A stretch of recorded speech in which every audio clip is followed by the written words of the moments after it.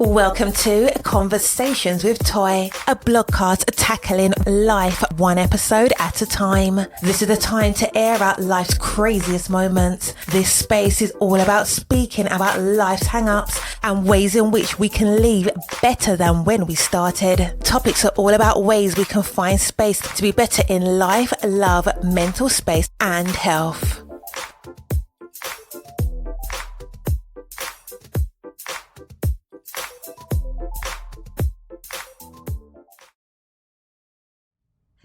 Happy Friday. I hope that you have had the most amazing week. And if you didn't, listen, it is time to reset. It's time to get it together. We're just going to get through it because that's what we do, right?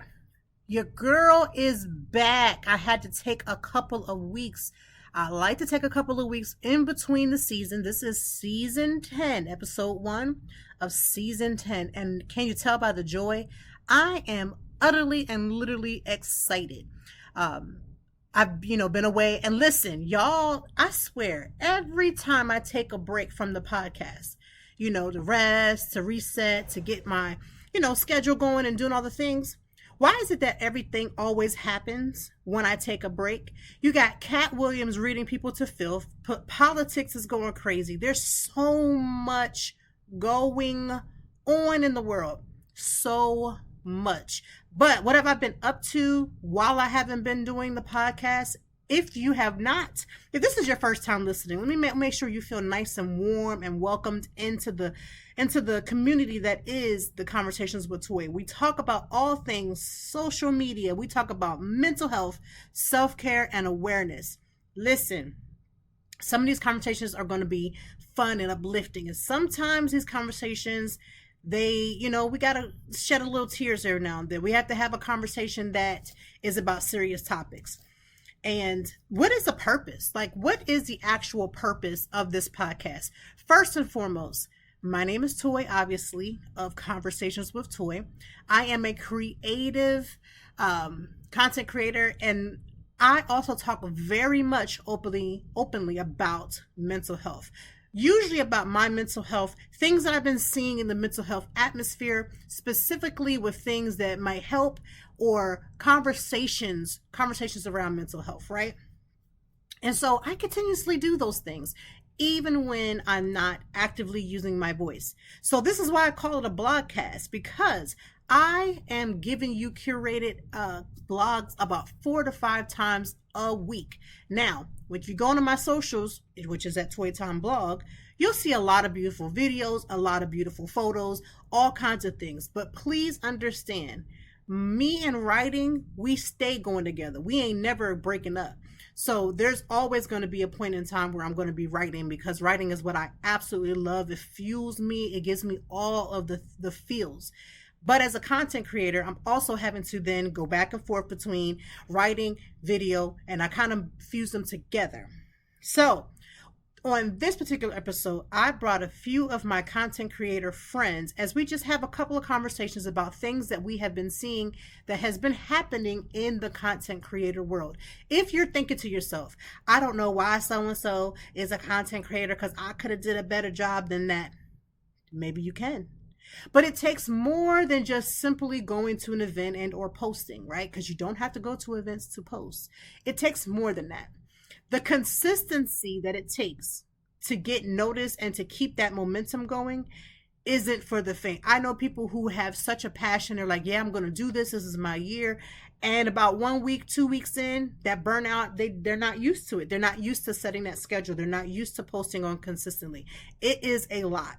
So this is why we don't talk about people when they're doing their jobs, because this is a job.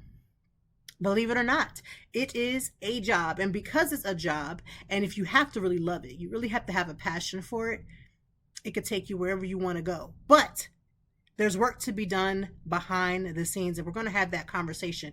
Should you get a PR agent, meaning not necessarily for yourself until you've built your brand up and then you can have one, or you should get one, I should say. You can have one anytime you want if you want to pay for it.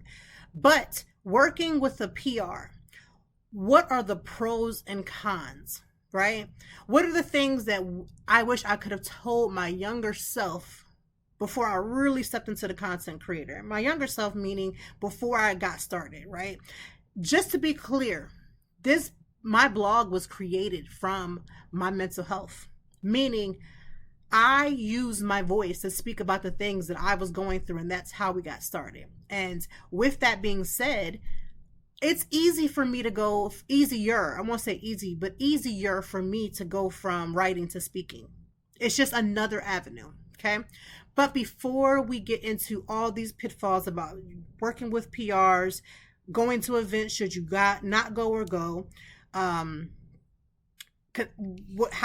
consistent do you need to be? What does that look like on all the things?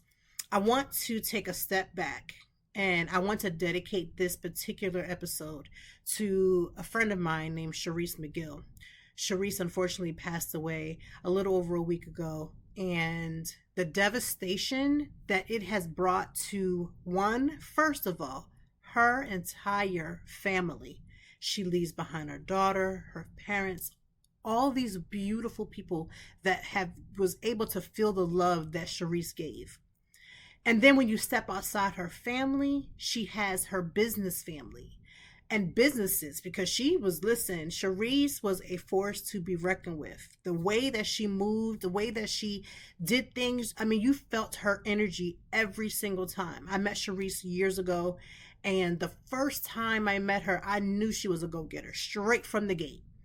And so we built a friendship, and finding out about her death has been impacting me in a lot more ways than I could have imagined. And I'm finding myself just sitting and thinking about her, sitting and looking at her photos, listening to her voice on my phone, because I'm not for one, if it's not something that we're talking about where we curate conversations for Instagram, I may post a video of someone, their mouth could be moving, but I'll put music over top of it, because those conversations, to me, they need to be in a situation where they don't feel like I'm recording them for clout, or recording them just to put on my page, if you kind of understand. So as I'm listening now to the videos that are on my phone, to the conversations that she and I had, as I'm listening to her infectious laugh, when I'm listening to her voice, it literally is triggering me in so many ways. It's triggering me emotionally to find this balance of how do I deal with this grief, right? And again, my grief is no comparison to her daughter, or no comparison to her family. But still, I feel that grieving process. And so I find myself sitting quietly, just thinking about her again, listening to her voice, hearing her laugh, hearing the conversations that we had on my phone and things like that, just because we just were talking. And it's crazy to me that I'm even having to say that she's not here. Philadelphia, she's from Pittsburgh, but Philadelphia feels like she's one of our own. She came and embraced the city and just took off like a firestorm. It's amazing. One of the things that I feel like I'm getting from this situation is not only not to take things for granted, not to take life for granted and all those things, but one of the biggest things that I'm getting is how you treat people while you're amongst them. I haven't heard not one person say one bad thing about Charisse. Not one. And it's amazing, because people who haven't even had the levels of like conversations that me and her have had, there's some that have. So let's not, some of y'all have, I get it. But even the people who say, I literally just went and ate the French toast that she had, and every time I saw her, she was a joy. Just by having food that she made, meaning that she was able to impact their world for just a second, that became so memorable that when you hear of her passing, you're like, she was a good woman. She was an amazing friend. She was a great mom, an amazing daughter. You hear all these beautiful things, and not just because people don't talk ill of the dead, because let me tell you something, folks still gonna talk. If you raggedy in these streets, they're gonna talk. But with Charisse, people literally use the one common word. There's a lot of words to describe her: hardworking, all these different entrepreneur, like all these beautiful words. But the one that I'm holding on to the most about Charisse is joy. Charisse is joy. Every time you saw her, you felt joy. There was times even in my mental health situation, because I go to these events and I'm going to these things, if it was something for her, I just was like excited because I knew that we would just have a time. We would laugh. And seeing her days before she passed, seeing her days before she passed has really infected me, because she was working and she came from out behind her counter and sat down with me and my husband, and we just laughed, talked, just had us a time for over an hour. And she said to me, which is the only thing I've revealed publicly, at least on a form that can be snatched and duplicated and reproduced, resaid 20 million times, is she said, I was just about to call you because something's happening and I didn't want you to read about it online. And then days later, I would learn and read about her online. She had so much to do. She felt like just doing all the things, and everybody who knows her knows that. So if I could leave you with something, because maybe you don't know Charisse, maybe you haven't had an impact with her, that's fine. But what I want you to do is every time you leave somebody's presence, leave them better. Leave them better than when they saw you. Even if their life is magnificent, leave your mark and leave the smell of you. And I don't mean your physical smell, because listen, I ain't got time for that, because some of y'all ain't living right. Y'all ain't doing what you're supposed to do. You won't even wash your faces, so we ain't even gonna go there. But the fragrance of your joy. Leave some joy with people when they leave your presence. Instead of when you leave their presence, they're like, thank God, I'm sick and tired of talking to her. I was just making small talk. Or they say, she's always about some drama, or she'll never have something nice to say. I need y'all to leave joy. Leave joy with people. Leave joy with them.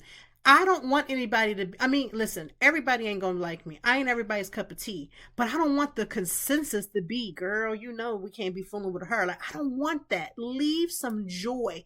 But you know what's amazing? You gotta have joy to leave joy. And I am making sure that my cup of joy is full. Because we do a lot of things. Create, think, move, we have our beings, we do all kinds of things, but I need us to get some joy and leave some joy. And let's be honest, when you're dealing with your most struggling mental health, that's easier said than done. I still want you to take a couple seconds to leave some joy. And that is my moment for Charisse, but this entire episode is dedicated to her, and I'm sure I'll have more ways to put my thoughts into words. I'm definitely going to make a blog. I'm definitely going to do something. I want to make sure that I honor someone who gave the greatest honor to me, which was always being consistent and leaving with joy. So I want you all to lead with joy. All right, so new year, new me, and you're saying to yourself, I'm ready, I'm going to be a content creator. I could do a way better job than 90% of the people that I see posting. I don't get how they're being called to do things. I don't get why they're doing all the things. That's fine. Let's talk about that. You want to be a content creator. There's a couple of things that you need to know. One, know the reason as to why you are creating content. For me, it's writing and also creating video content. I understand my why. Right? It's not about me. It's about other people. It's about being honest about the fact that there are highs and lows in the mental health space. And you don't always have to come prim and proper in all this perfection, because that's not the true reality. Okay? That's part one. Know your reason why, as to why you're even stepping into the sphere. And then number two, you know your reason why, you have your idea, you're ready to go. How often are you going to post? This varies. But whatever you choose to be your cadence, you need to have your cadence be what it needs to be. Now, can you have the moments when you're not, you go one day and you're just like, okay, I did 2 posts a day, but I'm only going to do 1? Yes. But the point is to be consistent, right? So now you done got you a camera, you done got you a light, and FYI, any light, portable light, I'm going to leave a link in the show notes so that you can grab all the things, and those are things that I use. But you got the light, you got the camera, or you're using your cell phone, because FYI, cell phones are the business. You can do that as well. So don't spend your money trying to get a camera right off the bat. So you got your phone, you have your light, you're out to dinner, you're taking the photos, you're doing all the things. Remember when you're recording that you're not recording just for you, you're recording to create something that other people will see and want to come and dine, want to come and take, and all those different things, right? This is especially if you're a food blogger or a food content creator. But there's other content creators, fashion, lifestyle, which I do a lot too. And you just have to figure out what your cadence is. But I'm going to let my content creator friends come in and just bring their conversations about the things that they've learned, the things, their highs, their lows, and everything in between. All right. So first up, we have Amanda of Philly Food and Bars. That's bars with two R's. So she'll let you all know that when we get to talking with her. She's going to talk about her content creation journey, what she's learned, different things of the trade, and what she would tell herself when she first started compared to where she's at now. She's an amazing content creator. She focuses mostly on food. She's been adding a little slices of lifestyle here and there, but she is truly amazing, and I want to bring her first up so that we can have this conversation surrounding content creation. All right, Conversations with Toy Family. It is another new week and a new season. This is season 10, episode 1. We have an amazing treat today. I am inviting some of my influencing friends who we just also happen to be friends in real life to have a conversation, because a lot of people are going into this new year, new me, and they're like, oh, I can do content creation. I can do that. And so when they say I can do that and they look at us and they're like, I don't understand how she get this and how they get that, and I can do better. Let's have a conversation about what that better looks like. Because yes, a lot of people can throw videos together. There's there's free apps that can help you do it all.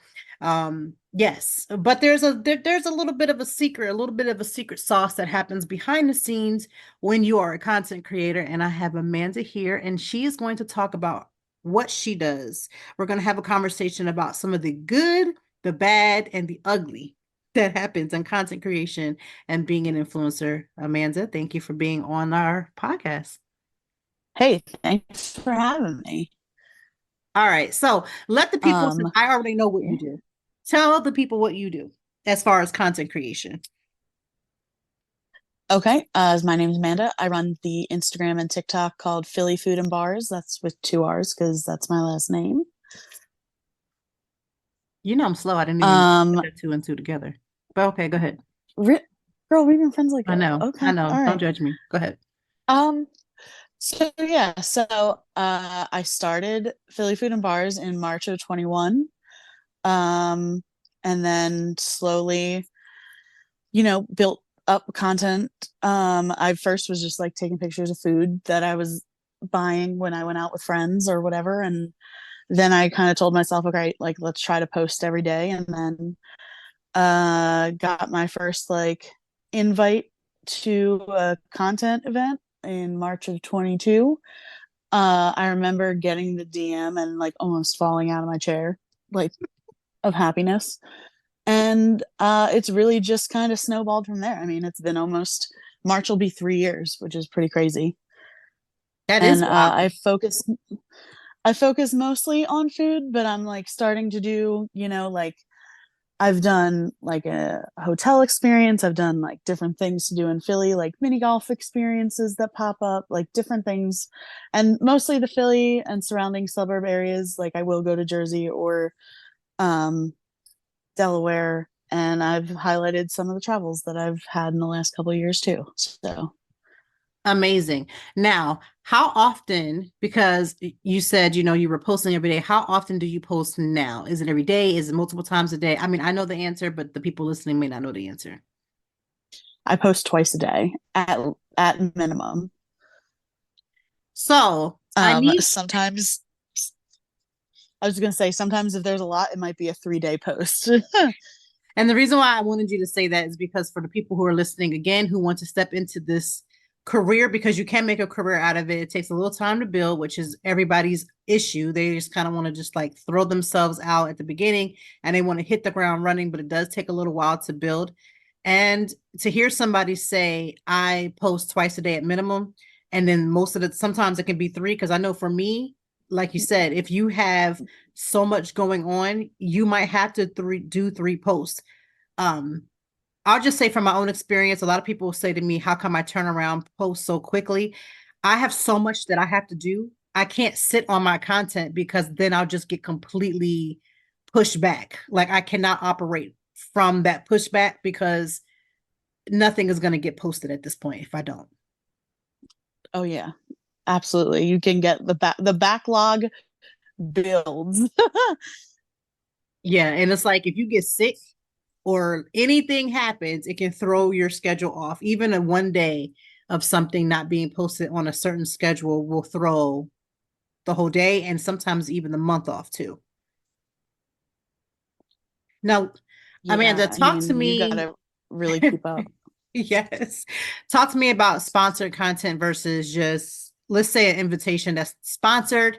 And what we say by sponsored, let me define.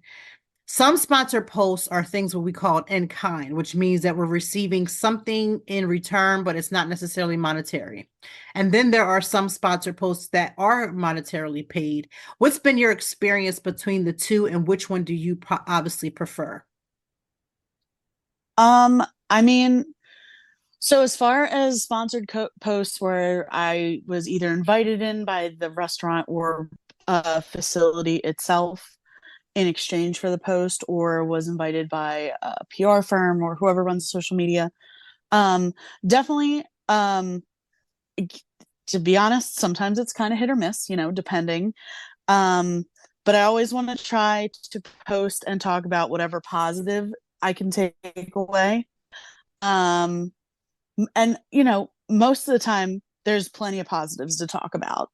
I've only had a couple experiences that have been so negative that I didn't feel it would be authentic for me to share my experience, because I never want to talk badly about somebody's business or somebody's livelihood at all.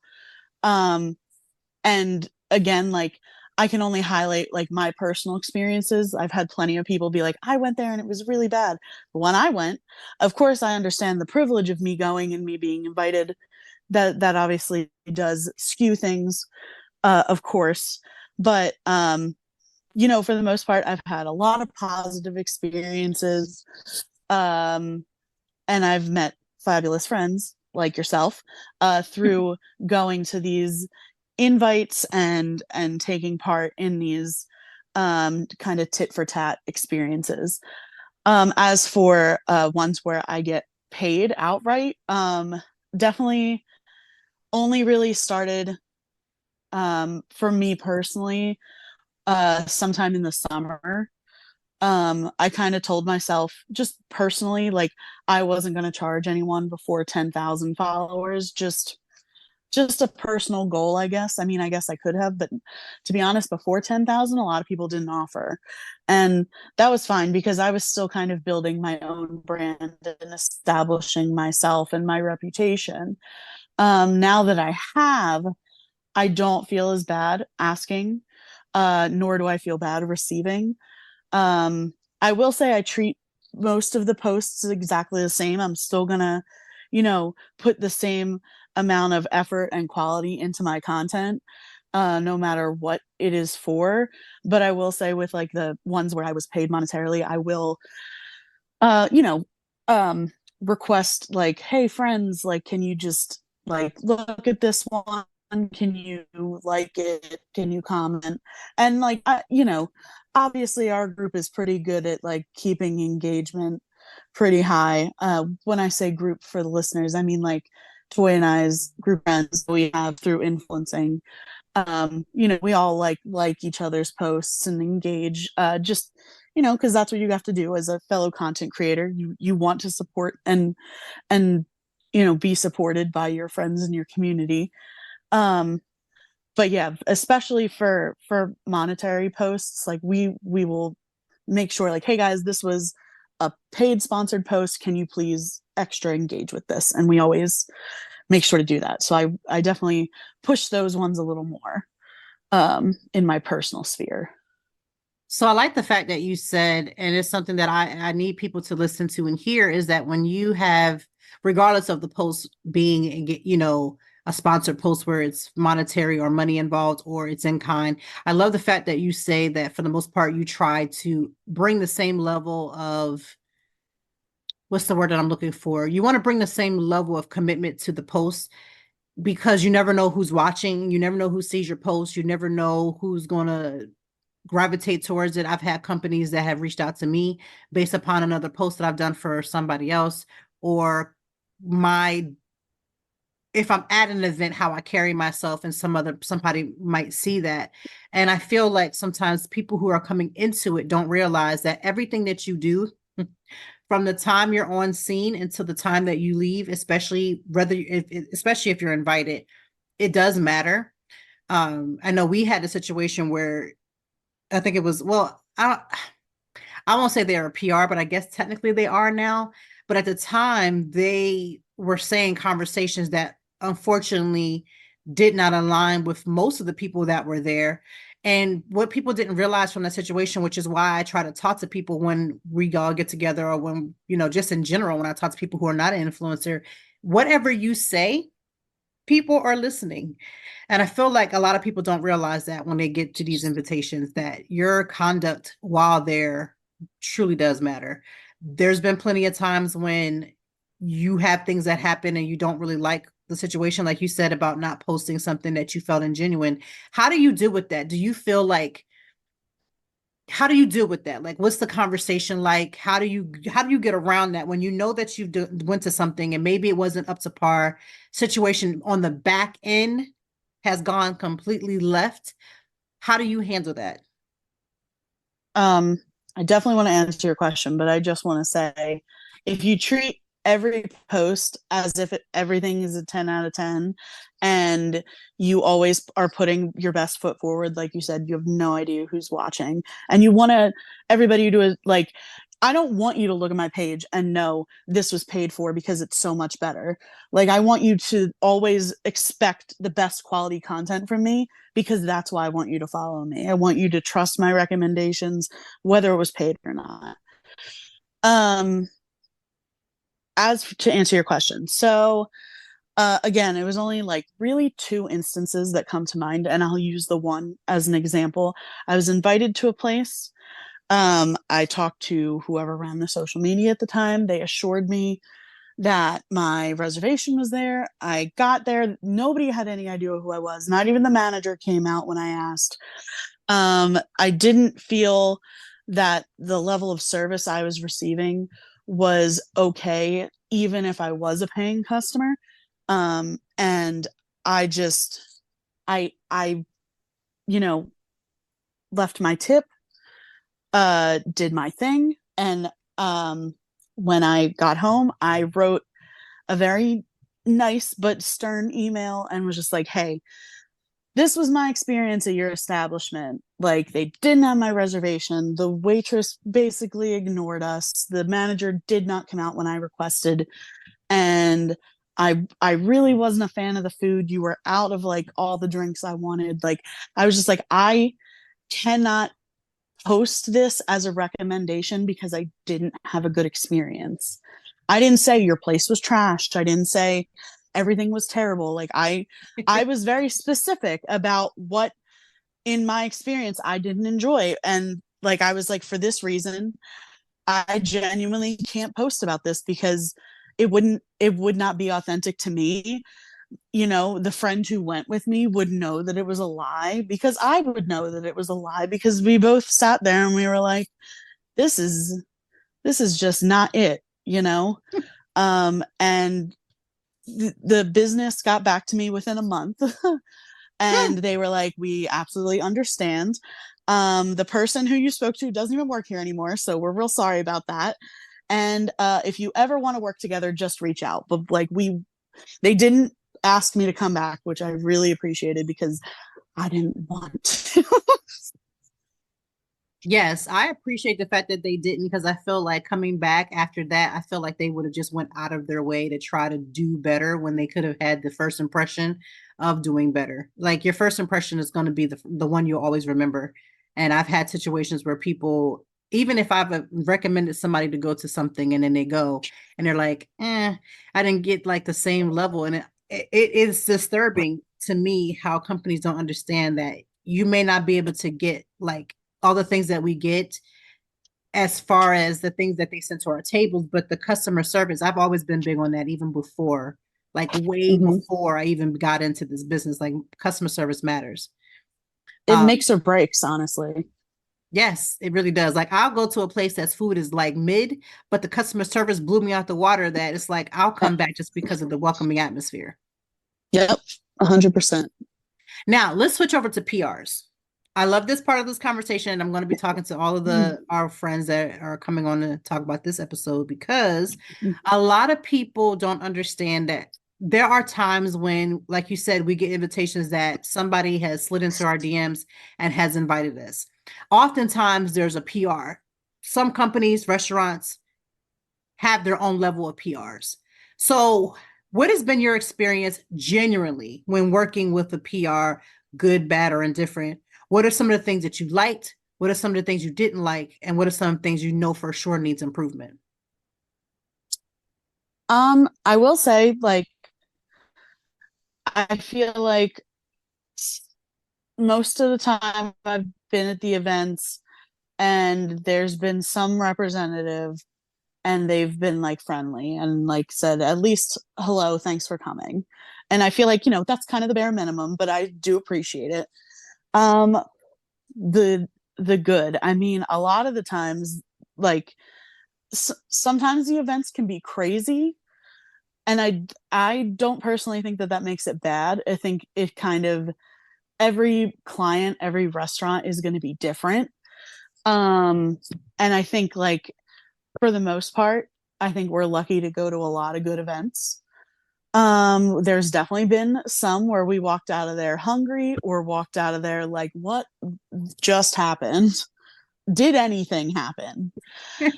Um, the bad. There are definitely tears. And kind of like you said, everybody talks. Everybody, thankfully, who I've met in the Philly influencing sphere. Obviously, I'm closer to you and our group than some of the others, but I feel like I'm on good terms with such a majority that, like, all of us talk, all of us share information, and it's not in like a shit talky way. It's just kind of like in a conversation way, like, oh, I saw you posted about this place. Oh, I saw, you were gonna go here. Like, did this place reach out to you? And we all talk, and it's definitely a little disheartening in a way to realize like there are events that you aren't privy to.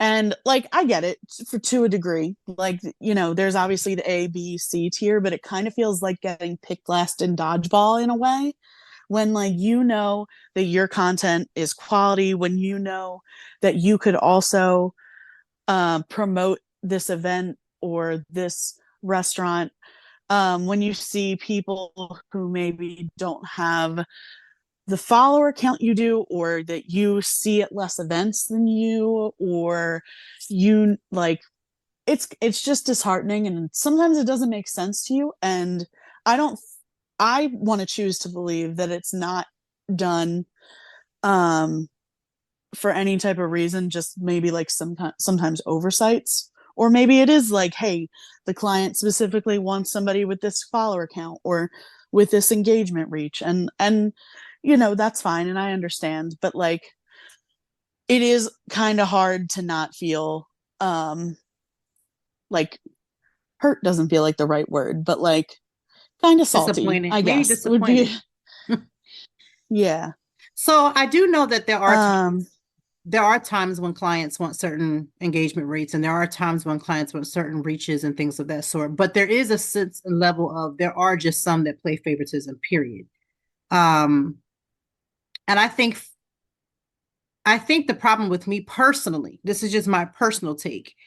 I dislike it when we have situations where people don't even post at all. Like they're consistently, they don't post and they still get invited to 2011 things and to things that you're just like, you think about like what is happening here? You're not getting anything from this. Um, I think that's the part that kind of gets me a little rubbed a little way, because a lot of times, now for those who don't understand, For me personally, I've had PRs that have never asked me how many stories I need to have, how many posts or static posts that you have to have. That's the post that goes on your Instagram. They've never asked me for a certain amount of TikToks. They've never asked me for that. They've never asked for me to put it on my business Facebook page. They never have. I Mm-hmm. mean, to this day, there's certain ones that have never asked for anything, any number. For them, I go above and beyond. This is the reason why. 9 times out of 10, the PR that doesn't ask me for certain levels and numbers are the ones that pull out the red carpet. They treat everybody across the board the same way. It's only the ones that say, give me your first child and blood, and then make sure you post 2011 here and then 20 things here. And then you're like, what? What? For a Mm-hmm. meal? For a drink? There's a lot of work. If I got to go home and put this together and turn this around, and they want it in a certain time limit, it's like, what? Especially Mm-hmm. when you go to these events and then the event was kind of like borderline raggedy. I'm going to steal that word. I always say raggedy. Describe the next one. You've been around me long enough to know raggedy is like my favorite word. But Yeah. yeah, I'm going to an event that's completely raggedy. It's pretty much a shit show. Let's just say what it is, right? And you want me to do a static post, which means I need to either do an Instagram reel or I need to just post a photo or something to my thing, to my main page. And then you want Mm-hmm. 3 stories and 2 TikToks and this and that. And I'm like, you're asking for a lot for nothing. Yeah. Like, you're asking for a lot for nothing. How do you feel about that? um, I mean, I always assume like one invite equals one post. That's just how I've always treated it. Mm-hmm. I definitely share your sentiment. It is very disheartening to see creators get invited who do nothing but maybe post one story, if that. And that does sting when you see them get invited to everything. Even though you know that you would do more for that invite. Um, but again, like you can only do what you can do. As far as like what they're asking for, again, I've always kind of assumed like an invite equals a post. Mm-hmm. Um, I I don't really like being told what to post. Like it has to be a TikTok, it has to be whatever. Let me just post what I'm going to post because that's going to be the most authentic. I mean, most of the time, I'll make a TikTok that's like the same reel that I end up posting. Right. And I'll post like some Instagram stories and stuff. And, I feel like if you're inviting me, you're seeing my content, you're seeing what I'm going to do. Don't tell me what I'm going to do. Don't like, I'm not a child. This isn't class. This isn't homework. I'm an adult who was invited to another adult's event and I will post for you because I said yes. Don't breathe down my neck or tell me how I have to do it. I'm going to because I said yes because that's just like how I want to conduct myself. Um and honestly, you again, like based on what I've seen some other people do, I feel like there's a level of gratitude that should be there. Right. I feel like, yeah, I've always posted. I've never really had an issue with posting something. It could be stories, it could be main, it could be something. I'm always going to post something. I just find Mhm. it that the ones that are telling us exactly how to post is the struggle for me. I do want to bring up one conversation because we've had this conversation in our group. I've had this conversation with people outside of our group. I've had this, so a lot of people don't know. As a blogger, I am connected to She Media. She Media does things like Blog Her. They do a bunch of events. They do all these different things. And they bring in people that will talk to us about contracts and different things. Like we get these conversations going all the time. And I honestly feel like Philadelphia's PR system doesn't understand the concept of contracts. So I've had this conversation with several PRs that have said that if they send an invitation and it says in lieu of this in this invitation, that you must post a static 3 stories, and this is the expectation. There is a difference between the expectation to post and the obligation to post. There is a slight difference. The expectation that you agree to do something isn't a contract. It's just an expectation. Some PRs in Philadelphia are operating as if they send you this listing of things that you're supposed to do and you don't do it. Now you're stepping into the legality. There's no such thing as a legality unless there's a contract, which some PRs have gotten smarter. I don't know if you've been starting to get them, but there's some that will send you a contract, even if it's just what you're going to post. Have you gotten those yet? Yeah, I actually just signed one this week for a post I'm going to do for a PR firm. And I mean, it was like you own the right to your content, they own the right to their business that you're going to do stuff for. You're agreeing to this post for this like in this time frame. And honestly, um I hate it. I think it's wildly professional. But there's others that don't operate. There is no contract. It's only the So many. expectation. There's only the expectation to post versus the contract. There's no contract in place. If I sign a contract, even if I'm not getting paid, but I sign a contract, that's a legally binding situation. Expectation to post is not legally binding. And I think a lot of times people dangle the I'm going to remove you from the list as the consequence of that. But that can't be the case because they'll have 30 people who come to an event and will never post, but they still get invited. So I feel like the Yep. dangling of the carrot of do you want to be back and invited is wild to me. How do you feel about that? Yeah, I mean, again, like the way that I've always interpreted the invite is it's going to be a post whether you're spelling out exactly what you want or not. So I almost understand if you were just invited and they just say like we'd love if you would post, or it'd be great if you could share your experience. And it's like, okay, then there's really no expectation and no obligation. But the ones that say like we want this story, we want this, and then you say yes to the invite and you don't, while I understand that it's not legally like, okay, fine, they didn't do anything. um i I see it as kind of like a slap, honestly, like a little disrespectful to like be like, okay, like you're invited, you're on this list, but like you did your own thing. And maybe people have their own reasons for that and stuff. But I mean, the PR firms, like, you want to dangle the carrot, but you don't change anything either. I mean, You I didn't feel like change there needs to be anything. change. There has to be changes on both sides. It has to be changes on the influencer. It has to be changes on the PR so that everybody can operate in the same fashion.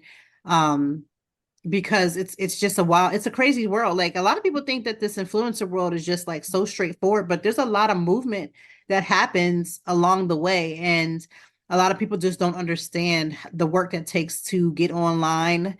To post something, people think you just post and you walk away. You have to engage with the comments. You have to engage with people. If they comment, you have to do something, say something, hi, wave, an emoji, something. You need to connect, Yep. and that can take up some time. And in between that, you're also pitching to other companies in between all of those things, so nobody's just sitting around twiddling their thumbs, that's for sure. No, it is definitely not like a post and walk away world. You have to engage. And again, like, you engage with other people if you want them to engage with your stuff. I Um, agree. yeah, I mean, I want to say it's only fair, but like everybody can do what they want. Like, Right, it should be understood. yeah. It's understood. All right, so now we talked about the business of it. We talked about the ups and downs, the good and the bad.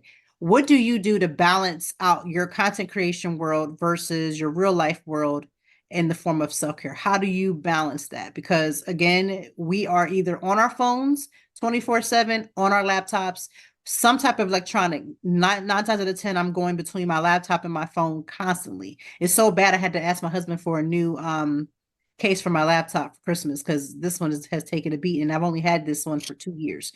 Um, so how do you balance out that lifestyle between the whole content creation and your real life and real world?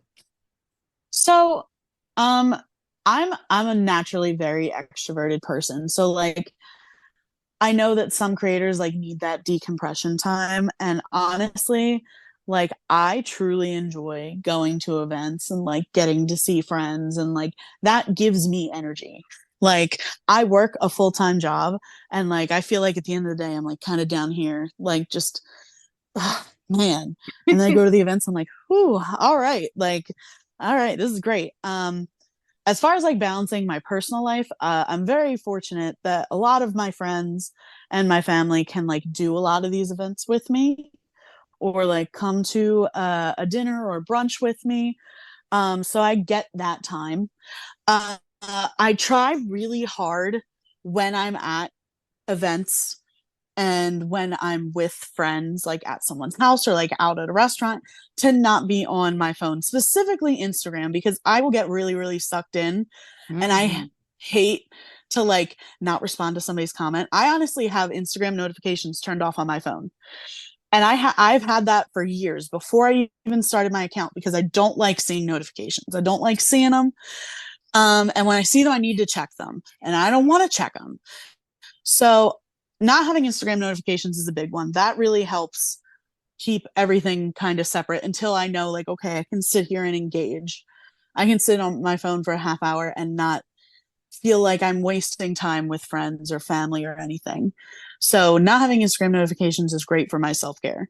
Um, like definitely not necessarily again phone down policy, but like definitely being more mindful when I'm with people to like be in that moment. I'm a big like I love to take photos and I don't count that in my time with friends because I'm trying to like, I have so many pictures of food at this point, like I need to balance that with some people sometimes. Um so I try really hard to like be in the moment, like not be on social media, even if my friends are, even if we're like watching a show together and I look over and they're definitely scrolling, like looking at memes, I'll be like, okay, like I don't need to do that right now. And sometimes, like, I'm gonna throw a SpongeBob reference out there. Sometimes I feel like that episode of SpongeBob where he's sitting in Sandy's tree house with no water, like, I don't need it. I don't need it. And I'm like thinking, like, wow, I really want to check right now. But I'm like, you know what? It's still going to be there in 3 hours. What's really going to change? What's really going to happen? So I really try hard to like be in the moment and like not post live when I'm out at places. And I feel like that has done a lot for like my mental health and like been a big form of like being able to like separate me from my Instagram. Um, Besides that, I mean, I live and die by my calendar. You know this. I Yeah, I asked you do to go to too. ramen with me tomorrow, and you're like, I need a calendar invite. And I'm like, how do I? You're like, I got it. I'll just send a calendar invite. Um, but I will like reach out to friends and be like, okay, what are you doing this day? And I'll block off that time from my calendar so that I can't go to a media event. I can't go schedule something. Be like, oh, I already have time scheduled with friends. Um, as for like any like if somebody is listening to this and they're like, oh my god, does this girl like to be alone? Yes. Okay. I read every night before I go to bed. That is like and only like 15, 20 minutes, and that's really all I need. That's all I can retain. Honestly, I used to be able to like read for hours and hours, and I can if it's a really good book, but like now because of the way I consume media, like my attention span has become so much slower, but I still take the time to try to read at least 15, 20 minutes every day. And then my drives to and from work, I really, truly enjoy listening to Taylor Swift as loud as possible and singing along and pretending I am Taylor Swift at a concert. Well, there's nothing wrong with being a Swiftie, so that's fine. Live and die Well, by the Swift. well, first of all, thank you for being on our conversations because I want to increase more conversations so that people can hear outside of me tell everyone about the ins and the outs behind the scenes that take place because so many people want to jump into this, but they don't realize the full picture. There's so many moving parts that happen. You got to be ready and prepared. And you also got to have some level of organization, because if you're not organized, this will be very consuming. You'll have these moments of burnout and frustrations and wanting to quit and wanting to give up. And it happens to all of us to some extent, just with life, just with anything. But you've got to have the heart of wanting to do it. And if you know your reason why you started in the beginning, you always got to keep reminding yourself every now and again. Like, remind yourself of why you're doing what you're doing. What is your goal? What is your purpose? What's the end? What's the end that you're trying to get to? And I feel like you're on your way. You are definitely on your way. Doing my best. Can I say one more thing? You may. Of course you can. All right. So basically, the advice I would give to like the Amanda that started Philly Food and Bars like 3 years ago, and the advice I would give to any person who wants to start in content creation, is basically the plot of the movie Yes Man with Jim Carrey. Jim Carrey is this man who like says no to everything. He's very like sad and depressed, and he goes to this seminar, and basically the seminar says like you have to say yes to everything.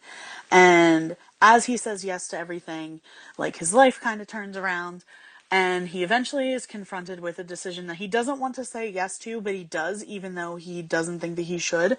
And the movie kind of ends with him realizing like he can say no, but saying yes like opened his mind to the possibilities.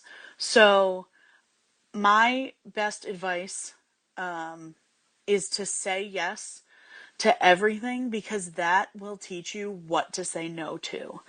And the thing is, like, I almost burned myself out really hard in 2023 because I was really taking off, and I was so afraid that if I said no to things, that my momentum would cease and that I would no longer be successful.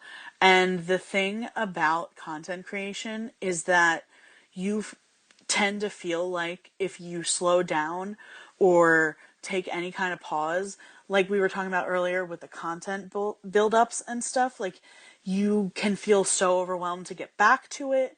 You can feel like, okay, like what if everything slows down permanently? You know what I mean? Like it is hard, and it is difficult to like continue to say yes to everything once you've reached a certain point.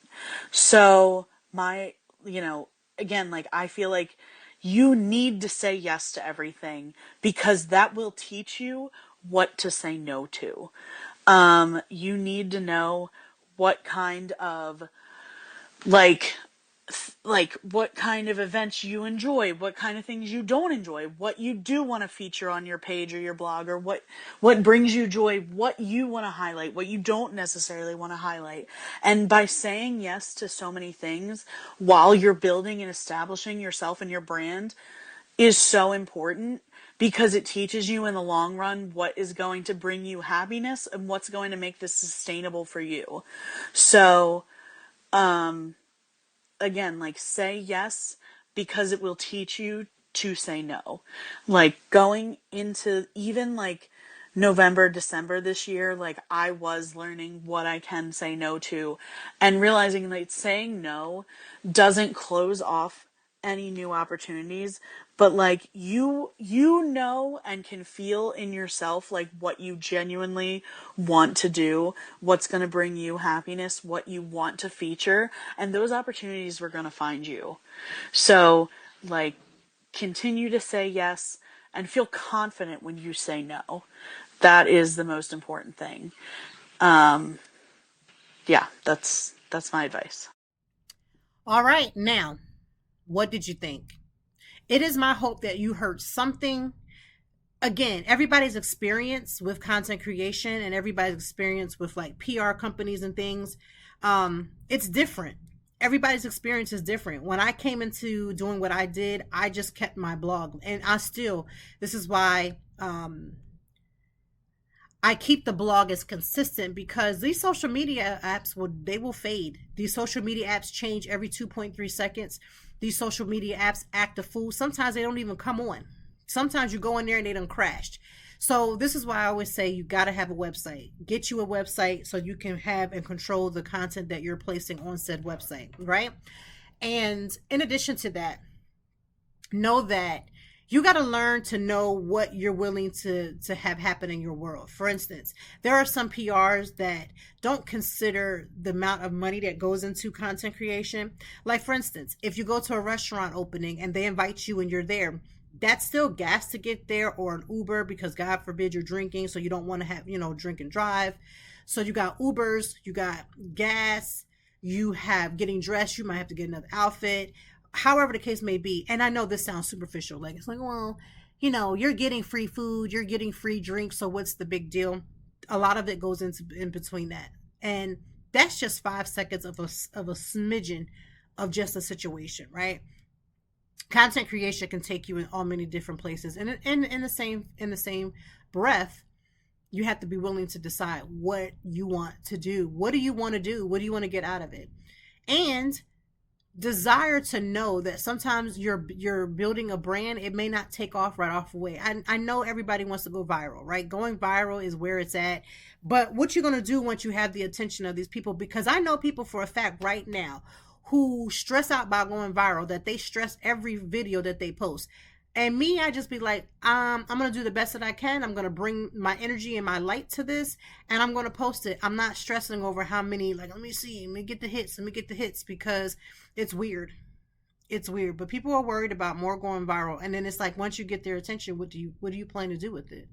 Are you planning to keep something, like, what is your purpose? And this is why knowing your purpose matters. Please get a website. Regardless of all the information that you hear, you have got to have some sort of a website so you can store, you can upload, you can put every piece of content that you want other people to absorb and have or get hold to. That's what you want to do. Be aware that there are people, regardless of in the field that you want to go into, that will be vultures. They will take and sap out every piece of energy from you. They will take from you. They want you to do all the things. I mean, it's a mess out here in these content creation streets. And if you've seen, I'm sure you've seen conversations about these things on social media. You've heard about these things, especially on TikTok. You'll see the people who are taking advantage. But be true to yourself. Don't try to copy somebody else's flavor. Literally be yourself and just show up in the space the way that you want to show up. I want you to just take the time to do those amazing things, and I want you to have a great weekend. Next week we're going to have a whole nother topic, whole nother conversation. I do want to say this. Seasonal depression is happening now because we are definitely in the winter months. And a lot of people don't understand why they seem to feel more sluggish. They're more tired. Their emotions are all over the place. They don't have the energy to go out. Even the littlest things that they used to enjoy, they find themselves like pulling away from it, like kind of just pulling away from that. I want you to understand there's a reason. Sometimes it could just be, having an off moment, having an off day. And sometimes it can be seasonal depression. Seasonal depression looks different in every last person. So there could be a list of symptoms to look for, and you might say, I only have 2, so it can't be that. It can. I only have, 3, or I only have 1. Like, it still can be that. And am I saying that everybody who's having these things are suffering from that? No. But what I am saying, since I'm not a licensed psychiatrist, is this. If you find that your mood has altered to the point where you have disassociated from friends, and you're disassociated from the things that you like, and you're finding yourself just kind of feeling blue and blah, and you can't shake it. You try to do little things. You may go to the gym, work out. You may try to hang out with a friend, but you still feel this overwhelming feeling. This is what I need you to do. I need you to make an appointment with your family doctor. If you start there, have that conversation, and then that will direct you to, do you see a psychiatrist? Do you see a therapist? Do you see these things? If you know in your spirit, listen, I think I'm ready to start the option of getting therapy. I'm going to tell you a couple of things. Number one, don't think that you're going to go to one session and it's going to be all great, because you're going to play yourself, and I don't want that for you, right? I want better for you. Going to therapy will leave your emotions all up and down, but it's a part of the process as you kind of mash out some of those things that you're dealing with. Number 2, be patient with the process. Don't think 3 sessions and you're going to be cured, or you're going to be happy, or you're just going to be good to go. It takes a while. So those are 2 advices that I can give about therapy. whatever you choose to do, I do hope that this particular weekend, as you step into the weekend, that you find one activity. And I say this all the time, one activity, bare minimum, that you can do for you. Meaning where you don't have to be an Uber parent. You're not driving friends and family around. You're not giving money every 2.3 seconds from people who keep asking for more, for more, for more. I want you to find one activity that resonates with you. It doesn't have to be majorly big. You don't even have to spend a lot of money. I just want you to find something that resonates with you and do that activity and do it well.